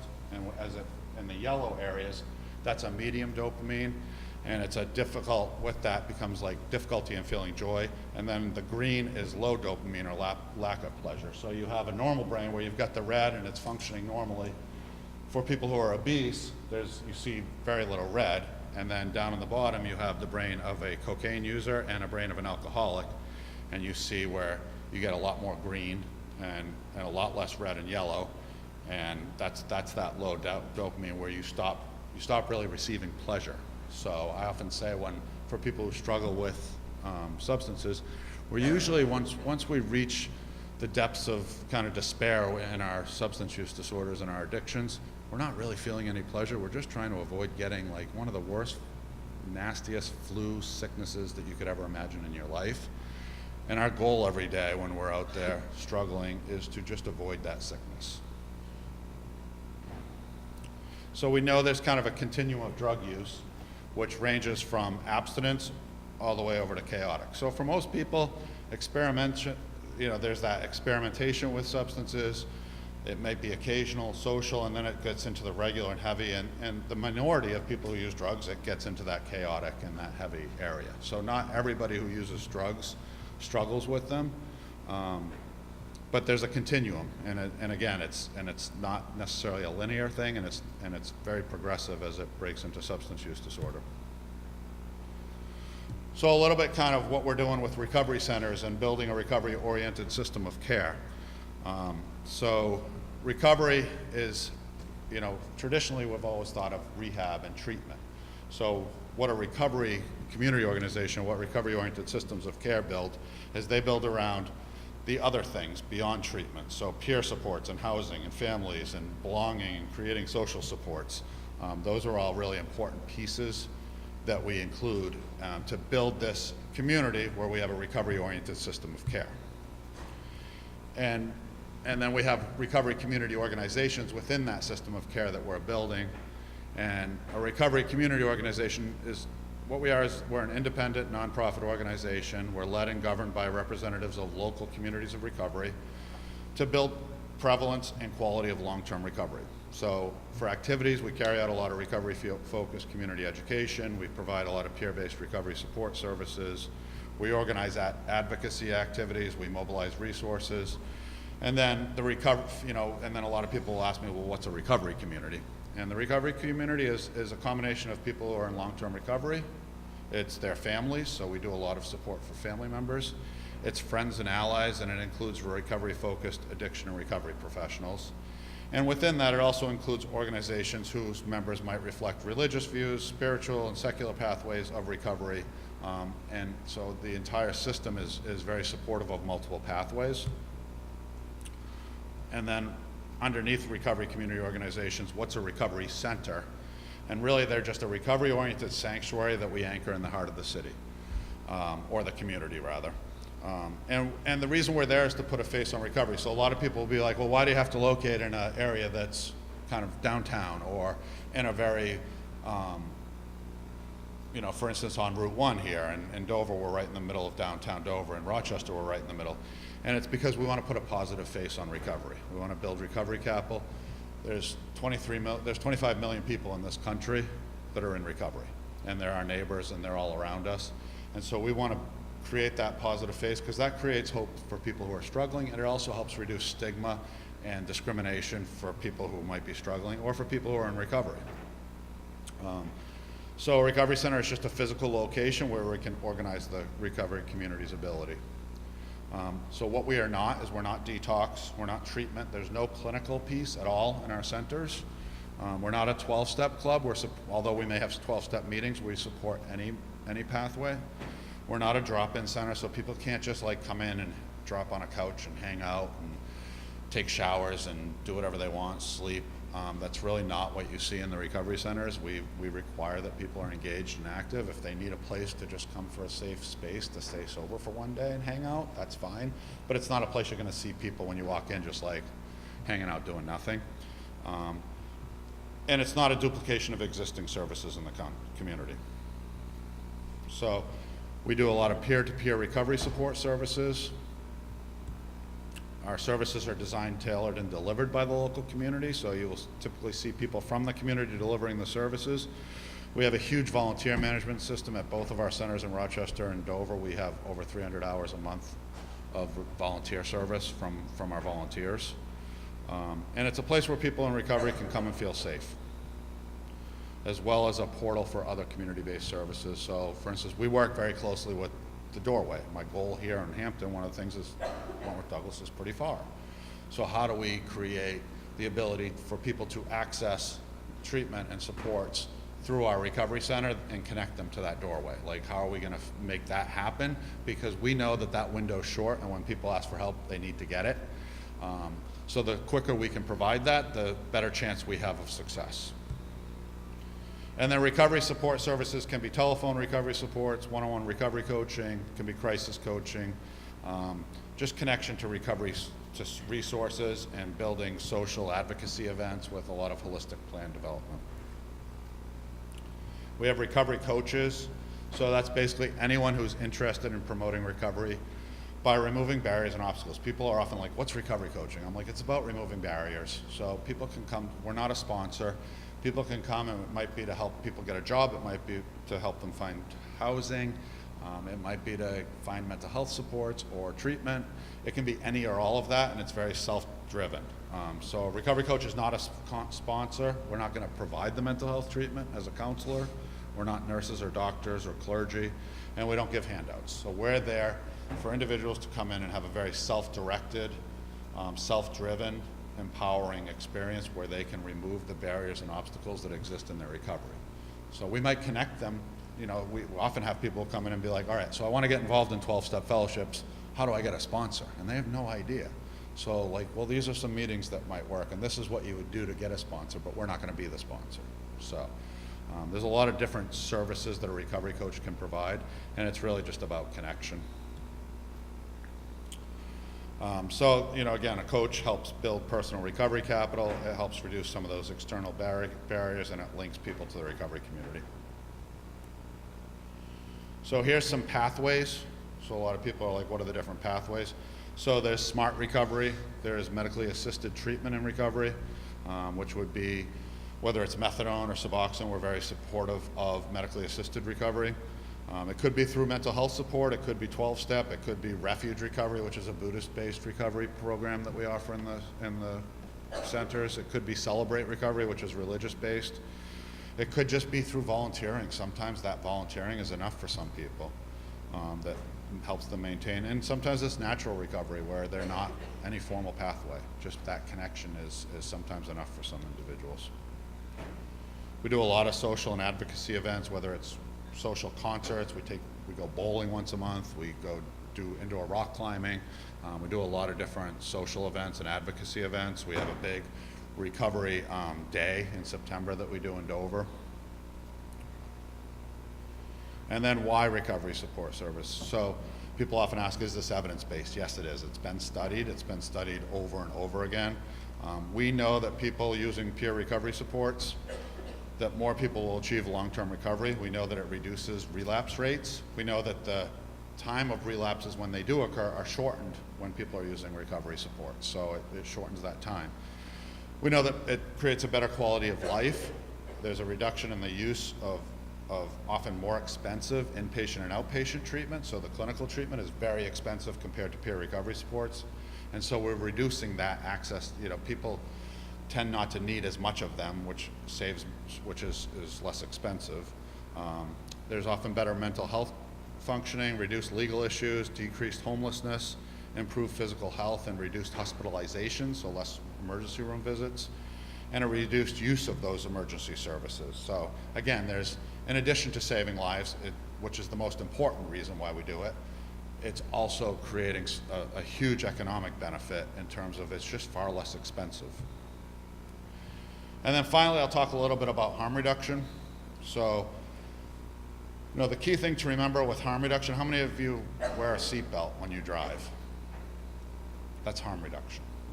And how many put on that seatbelt and say, you know what, now that I have this seatbelt on, I am gonna drive as fast as I possibly can, and recklessly too, because I got a seatbelt, so nothing can happen, I'm cool. That's harm reduction when you wear the seatbelt.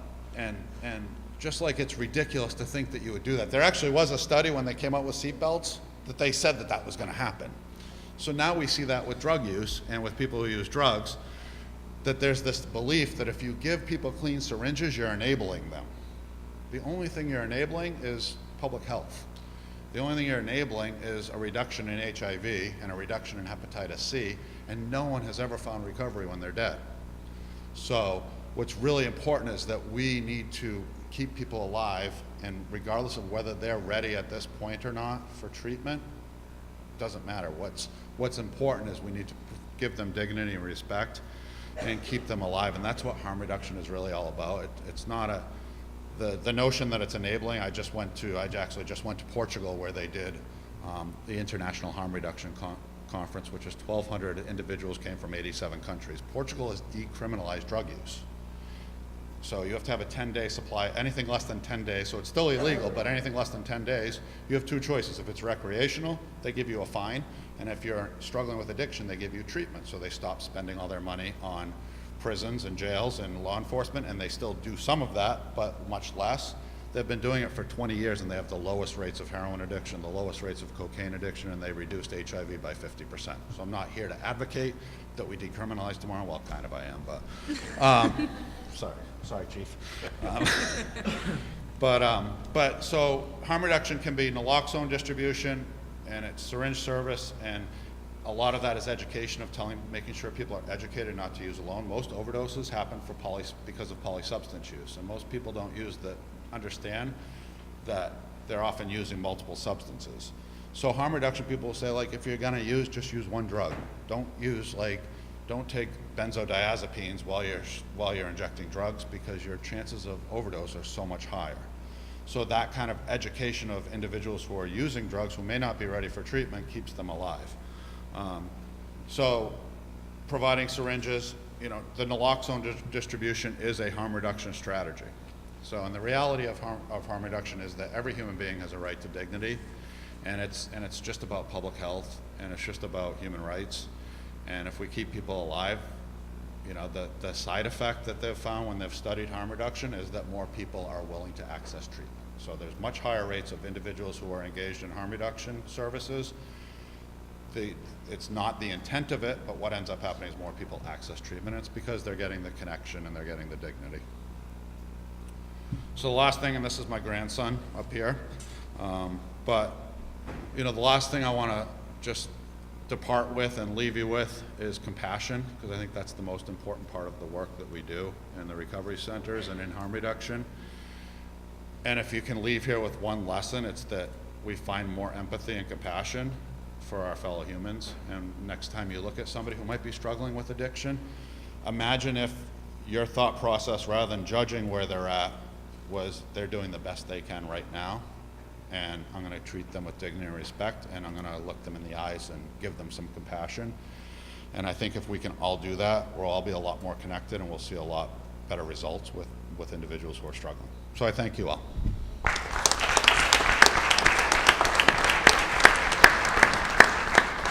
Thank you, John. Our next speaker is Tom Laufman, who is our state representative.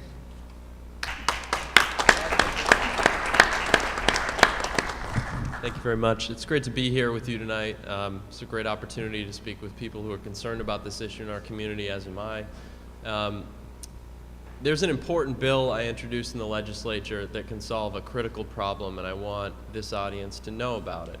But first, I want you to know that I grew up around substance abuse. It was one of the most influential things in my upbringing and experiences, and it taught me a lot about the ripple effects, the devastating effects, not only to the person, but the family around them and how lasting that can be. And so when I chose to pursue public service, it was the first thing I wanted to do, knowing that it has affected New Hampshire as much as it has. And we heard tonight just how many people begin their opioid misuse through legal prescription opioids. And so I thought that would be an important area to focus on. And it turns out that 30% of people who take prescription opioids for pain don't know they're taking an opioid. Think about that, 30%. How can they possibly engage in responsible behavior and respect opioids and what they can do if they don't even know they're taking an opioid? We have to do something about that. Further, you have people in the recovery community who are doing everything they can to stay in recovery and have accidentally relapsed by being prescribed things like cough medicine with opioids in it and have overdosed and died. This is someone who, one story in particular that comes to mind, this is someone who is doing everything right. And we don't have informed patients in New Hampshire when it comes to opioids. And it turns out we know that's a root cause of people who then go on to use harsher opioids. So what can we do about that? Turns out that in Utah, one of the first things I did was study where this has been looked into. Utah was one of the only groups that had so far in their state legislature. Well, first it began with pharmacy groups, said, let's pilot a program where we put a sticker on the cap of all prescription opioids, and it just says opioid, risk of addiction and overdose. And we have some information we hand out to these people, and let's see what happens. Went on for a month, and 76% of respondents said that the program was good or very good, and patients were, it created a lot of good conversation. They had no idea that the drug name their doctor told them about was indeed an opioid, because now that they know that, they know there's great risks involved. They need to take it responsibly. They may choose not to take it at all, and certainly not keep it in their home longer than they need to. This is a tremendous opportunity. So it was well received by all, and in fact, just a year later, they passed it into law. So I introduced that as legislation in New Hampshire. As it stands now, the bill is through the House and resides in the Senate, where it should be voted on the floor next Wednesday or the following week. And it is not a sure bet. So I'm hoping, and I'll leave a call to action at the end, that you can help me with that. But what it does is it makes sure that all prescription opioids have an orange sticker on the cap that says opioid. It says risk of addiction and overdose on the side, and they will get a handout that is designed by the Governor's Commission on opioids and other drugs that provides them all kinds of useful information about safe storage and resources they can reach out to. And this can be sort of a living thing that goes on and gets improved over time. So they'll know they have an opioid and they'll know how to manage that risk. This is progress. This is big progress, and we might actually prevent a whole lot of opioid misuse in the first place. So what I'm proposing to do in order to make sure all the senators are on board is put together a list of letters from concerned people in the community or organizations saying they support the bill and want to see it passed. The bill is HB 359. I'm the prime sponsor. And if you're interested, you can reach out to me and email me, and I will hand deliver it to each senator and make sure they know you care about it and you want to see it passed. And if you have any concerns, I'd be happy to answer any questions after the fact. They'll be sticking around. Thank you.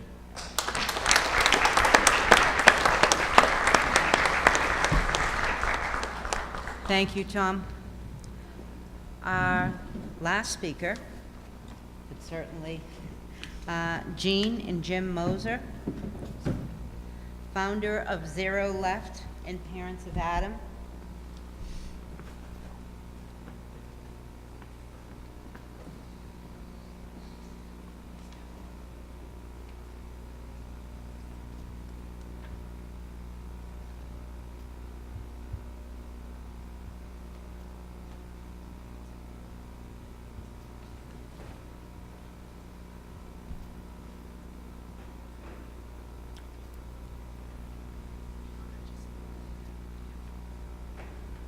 Hi, everyone.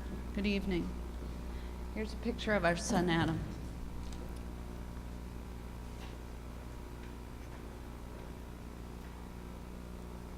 In September 2015, we lost Adam to a drug overdose, fentanyl.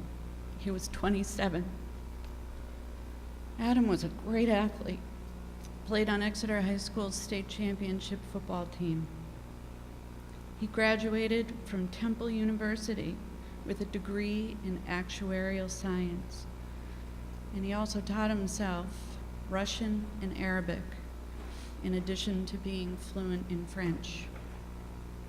This was a bright kid, kind, courteous, fun-loving son who we miss every day, and we will forever. Adam had developed what he called a prescription pain pill hobby. His friends didn't know he was taking pills. In reality, hobby was his kind word for an addiction that begins with just a couple of pills, Friday, Saturday night. But it's an addiction that it takes over so quietly, it grabs you overnight, and it begins the lifelong battle. And we've heard others speak about the battle, about feeling dope sick. His addiction most likely started right in our own home with our prescription opioid pills that we had stored loosely right in the kitchen cabinet along with the vitamin pills and the Tylenol. We never appreciated the product's potential for addiction. I didn't know what an opioid was. We had no idea that these products would create addiction, euphoria, and misuse. Therefore, we never had a conversation about prescription medication with Adam or our other 3 children. As ignorant as that may sound, and what is most inexcusable is the fact that Jim and I were never educated about the risks associated with these prescribed medications and the proper disposal of the product when we finished using them. We just didn't know. It seems ordinary, right? Now we have extraordinary grief. Surprisingly, studies have shown that parents are not talking about prescription medication when educating their kids about street drugs and alcohol. Parents are not telling their children that when misused, these prescriptions can be just as dangerous. It's a simple idea, but it's one we never considered. As parents, we had plenty of conversations about drugs and alcohol in general, but never about these opioids or like medications. So often, the belief is that if your doctor has prescribed them and you went to your local Walgreens or Rite Aid, well, they're safe, they're in a clean little bottle, your doctor told you how to take them. You have no idea what you're bringing into your home. 2 out of 3 teens who report prescription pill abuse say they obtained medicines from family or friends' homes. Few begin their path with fentanyl. The entry to abuse of the opioid family, pills, heroin, fentanyl, is easy to find and completely legal.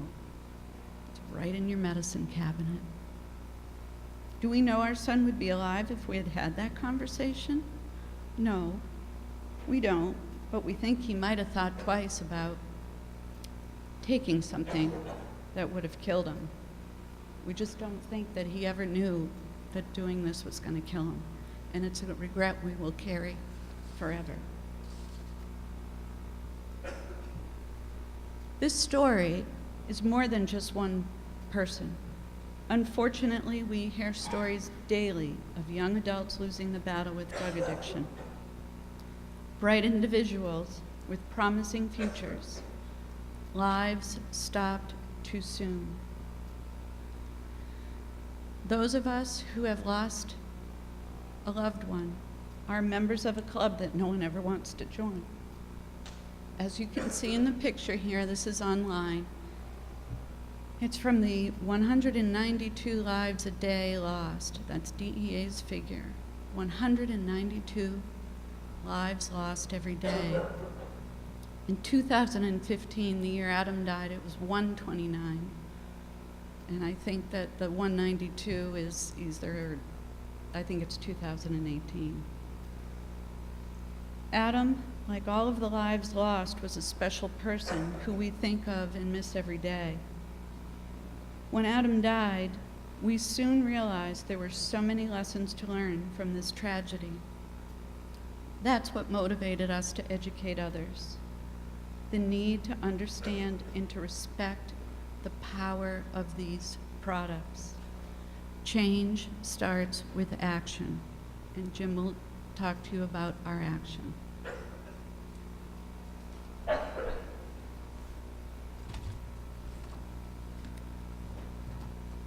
When Adam died, I had previously scheduled a elective knee replacement surgery, and I decided to go ahead with that because that would give me some time to heal physically and mentally. I really wasn't ready to go back to work.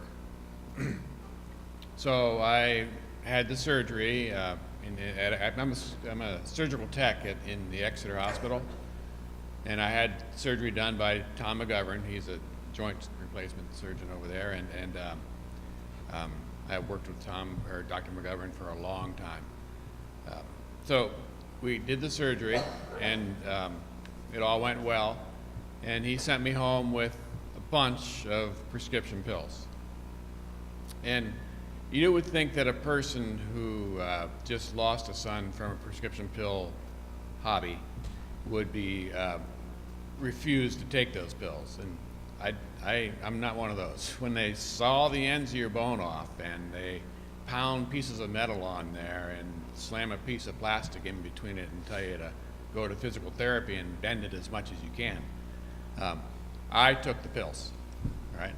So I fully respect their need in healthcare and the fact that they're an important part of the recovery process, physical therapy, et cetera, et cetera.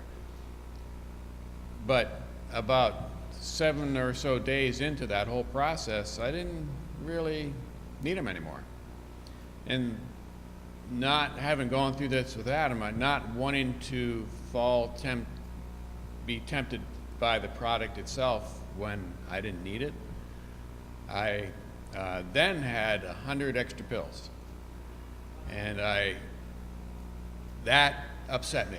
And I took those pills and I flushed them down the toilet, knowing that's not the right thing to do, but I didn't know what else to do because it was a spur of the moment thing. And I thought, here we go.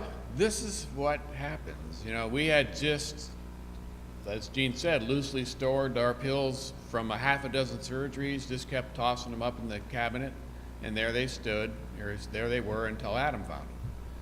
And he kind of fed his problem from there.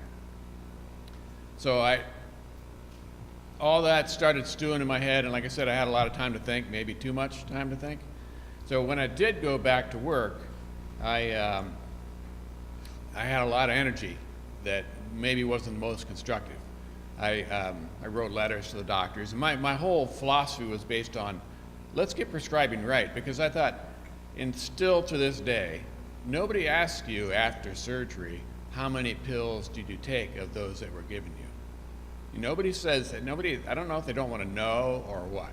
And it's still not going on. But I thought by doing that, you could acquire proper data, and over time, you could more accurately, because I think 70% of the time, people only take half, and 50% of the time, they take 5 or 10 or less, and so it's like 90% extra.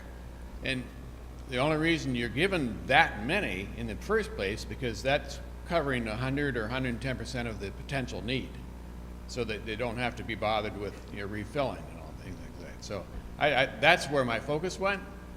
But Dr. McGovern saw all this going on, and he was really helpful. He says, Jim, let me help. I want to help.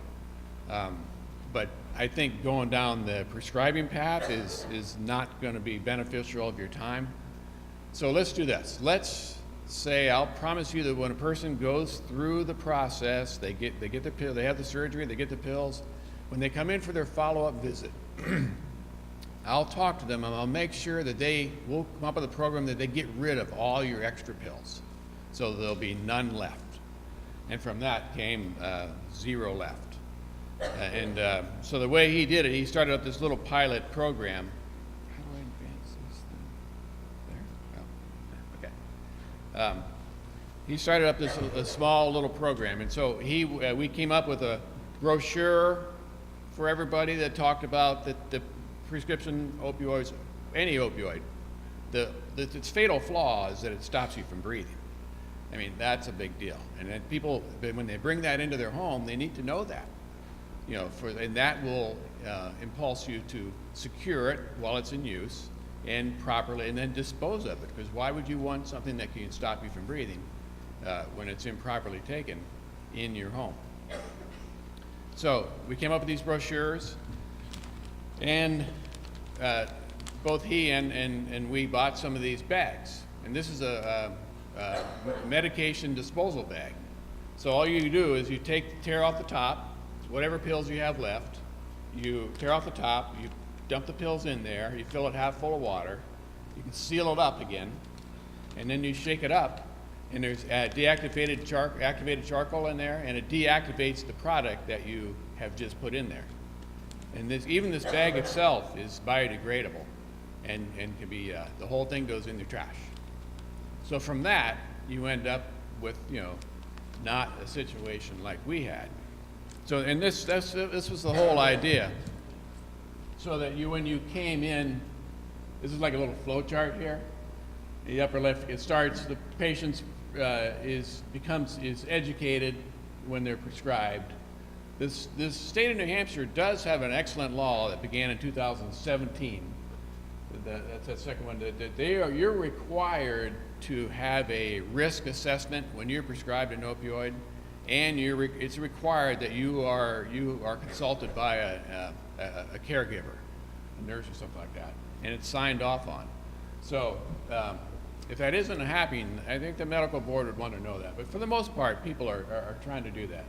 So you're educated about safety storage and disposal. When you come in for your follow-up visit, the idea was that in some hospitals, they would put these take-back boxes right in the lobby of the hospital. So you could bring the pills back and drop them off right there. And you know, in all the police stations, I think in New Hampshire there's about 95 police stations that are 24/7.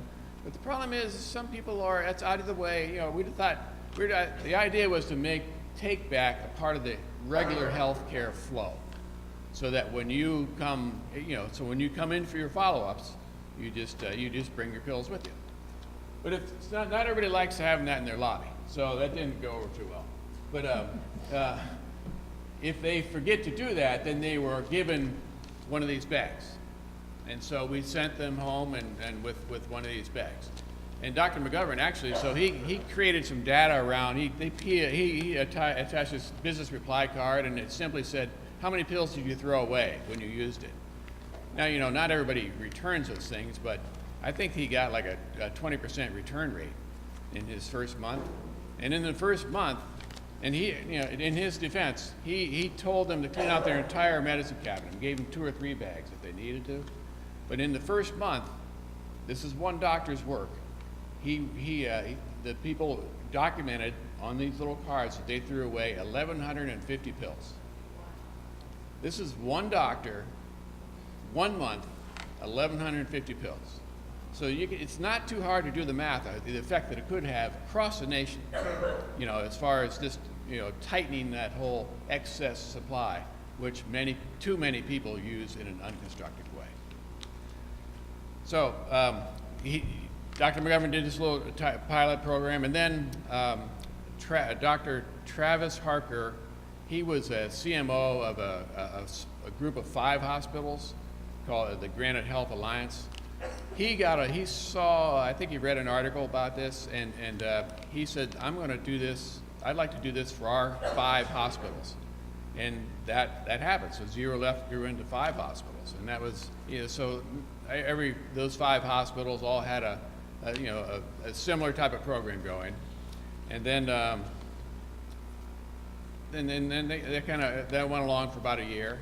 And then in the past year, recently, there's this pharmaceutical-backed group called Rally, RX Abuse Leadership Initiative. They're trying to improve their public image and do more of the right things. So they bought, initially it was 50,000 of these bags for the state of New Hampshire, and offered them for distribution on, for the whole process that I just described.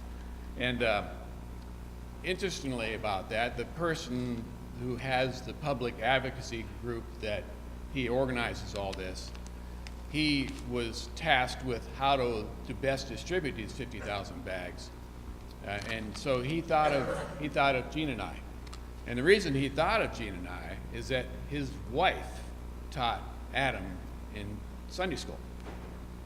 So small world, you know, but so through that, we used, with some negotiation, et cetera, we got those 50,000 bags channeled towards the New Hampshire Hospital Association. So all 30-ish hospitals in the state have access to it in one way or another. And then not only that, the initial purchase was 50,000. They ended up buying 170,000 bags for this state. So kind of a nice little result from our situation. And a lot of, I can't say it's not just us, there was a lot of people along the way who were very instrumental in getting the whole thing going. So if you go to a hospital, hopefully you'll have access to this. You just bring it up, they should be able to get them to you. And again, to me and Gene, all of this bag is basically a medium for education. Because if you understand why you need to respect the product, then that will go a long ways. From that education, hopefully you'll have a conversation with somebody, be it your son, your grandson, your grandchildren, your friend or neighbor.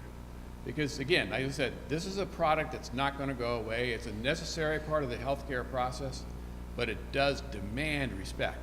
And I love that part. So, because the respect has been awful, I will say that it's getting better. And from all of that, but a bill like that would go a long ways. And I would love to see all of you take Tom's advice and write that letter. I'm privy to some of the background in that whole and where the resistance is, and no, not surprisingly, the resistance is from the pharmacy board, and that just drives me crazy. We haven't changed a bit. But having said all of that, this is supposed to be a piece of pie. I know it's a wheel, but using your imagination. The point is that I don't want anybody to leave here saying Jim and Jean Moses said that if we solve prescription pills, the opioid crisis is going to be solved. Not so. Not so. It's very complicated. The pills are just one section of this whole wheel. There's mental health, there's financial stability, it's genetics, it's phenotype, it's cultural, it's complicated. And we're in a battle. But people have often said to us, how can I help? What can I do? And this is one thing you can all do. All right, it starts here, and it's going to be an education you'll absorb by doing it. We have a bunch of these in the lobby and a brochure. I'd beg you to take a brochure along with it. And I hope you'll help the whole situation, the education, and our whole national healing. There's one way to do it. This is a simple thing to do, and it's a start. So please help us out with that. Okay. So thank you.